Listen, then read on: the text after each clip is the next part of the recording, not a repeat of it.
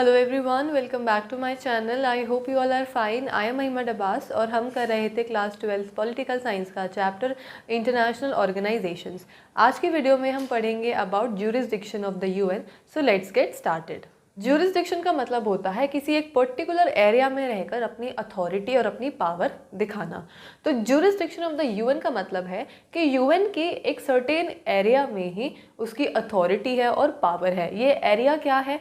जितनी भी member states हैं उन्हीं पर जो यूएन है वो अपनी अथॉरिटी और पावर दिखा सकता है।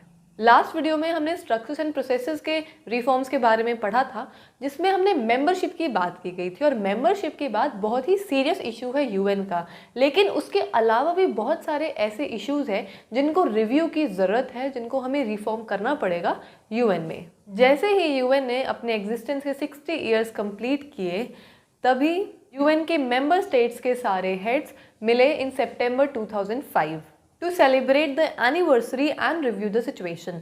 यानी कि 60 ईयर्स बाद हमें क्या क्या चेंजेस लाने चाहिए यूएन में, जिससे कि जो चेंजिंग कंटेक्स्ट है या चेंजिंग नेचर है हमारे वर्ल्ड का, उसके साथ यूएन कोप अप कर सके। तो जितने भी मेंबर्स थे उन्होंने डिसाइड किया कि हम कुछ स्टेप्स लेके आते हैं, कुछ तरीके लेके आते हैं, जिससे कि यूएन को ज़्यादा रेलेवेंट बनाया जा सके इन दी चेंजिंग कंटेक्स्ट। तो आइए अब हम पढ़ते हैं कि इन लीडर्स ने क्या क्या स्टेप्स लिए to make the UN more relevant.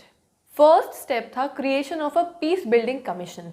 यानी कि एक पीस बिल्डिंग कमीशन बनाया जाए जो कि सिर्फ पीस एंड ह्यूमैनिटी को प्रमोट करे।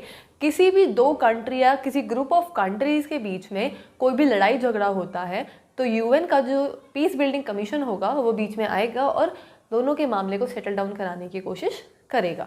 नेक्स्ट स्टेप था acceptance of the responsibility of the international community in case of failures of national governments to protect their own citizens from atrocities।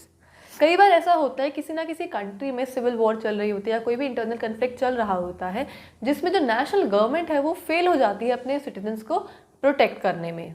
तो UN ने इसकी पूरी रिस्पॉन्सिबिलिटी ली कि अगर किसी कंट्री में ऐसी सिचुएशन आ जाती है और नेशनल गवर्नमेंट फेल हो गई अपने सिटीजन्स को बचाने में, तो जो यूएन होगा वो आगे आएगा और इन सिटीजन्स को एट्रोसिटीज से बचाएगा। नेक्स्ट स्टेप था establishment of human rights council. ये वो काउंसिल था जो ह्यूमन राइट्स को प्रोटेक्ट कर रहा था और ध्यान रखेगा कि पूरे वर्ल्ड में किसी के भी जो ह्यूमन राइट्स हैं यानी मानव अधिकार जो थे वो कभी भी वॉयलेट ना हो।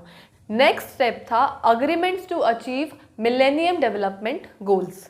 यानी कि सभी कंट्रीज़ ने अग्री किया कि जितने भी मिलेनियम डेवलपमेंट गोल्स होंगे हम उनको अचीव करने की पूरी कोशिश करेंगे। ये मिलेनियम डेवलपमेंट गोल्स में आते हैं poverty, hunger, disease, environmental degradation, illiteracy and discrimination against women. यानी कि इन सभी प्रॉब्लम से लड़ने के लिए एक मिलेनियम डेवलपमेंट गोल्स को अचीव करना ज़रूरी था। नेक्स्ट स्टेप था condemnation of terrorism in all it's forms and manifestations. यानी कि किसी भी तरीके का कोई भी टेररिज्म अगर वर्ल्ड में प्रेजेंट है तो उसकी निंदा करी जाएगी, उसे कंडेम किया जाएगा और उसके खिलाफ कड़े से कड़ा एक्शन लिया जाएगा। नेक्स्ट स्टेप था creation of a democracy fund. Now what is democracy fund? Democracy fund जो था वो प्रोजेक्ट करता था empower civil society, promote human rights and encourage the participation of all the groups in democratic process। यानी कि जो democracy funds थे वो हमारी सिविल सोसाइटी को एम्पावर करने के लिए और ज़्यादा स्ट्रॉन्ग करने के लिए, ह्यूमन राइट्स को प्रोटेक्ट करने के लिए और डेमोक्रेटिक प्रोसेसेस में पार्टिसिपेट करने के लिए एनकरेज करता था। लास्ट स्टेप था an agreement to wind up the trusteeship council. Trusteeship council था वो यूएन का one of the most important organs में से एक था। इसको इस्टेब्लिश किया गया था कि जितनी भी ट्रस्ट टेरिटरीज थी यानी कि वो कंट्रीज़ जो कॉलोनियल रूल से एक सोवरेन कंट्रीज़ में कन्वर्ट हुई हैं, यानी कि वो कॉलोनियल रूल से आज़ाद हुई हैं, उनके एडमिनिस्ट्रेशन को सुपरवाइज करना इसका काम था। हमने ये सभी स्टेप्स तो पढ़ लिए, लेकिन अब हम ये भी देख सकते हैं कि ये सारे के सारे जो इश्यूज़ थे कितने ज़्यादा कंटेंशियस है यूएन के लिए। जैसे कि क्वेश्चन आता है कि पीस बिल्डिंग कमीशन जो है वो क्या काम करेगी। यहाँ में पता नहीं कितने सारे कन्फ्लिक्ट्स चलते रहते हैं एक दो कंट्रीज़ के बीच में, हमेशा ही चलते रहते हैं। तो किस मुद्दे पर वो इंटरवीन करेगी और किस में नहीं करेगी, ये सवाल उठाए गए। और ये तो पॉसिबल है ही नहीं कि जो यूएन है वो हर एक कन्फ्लिक्ट में इंटरवीन करे।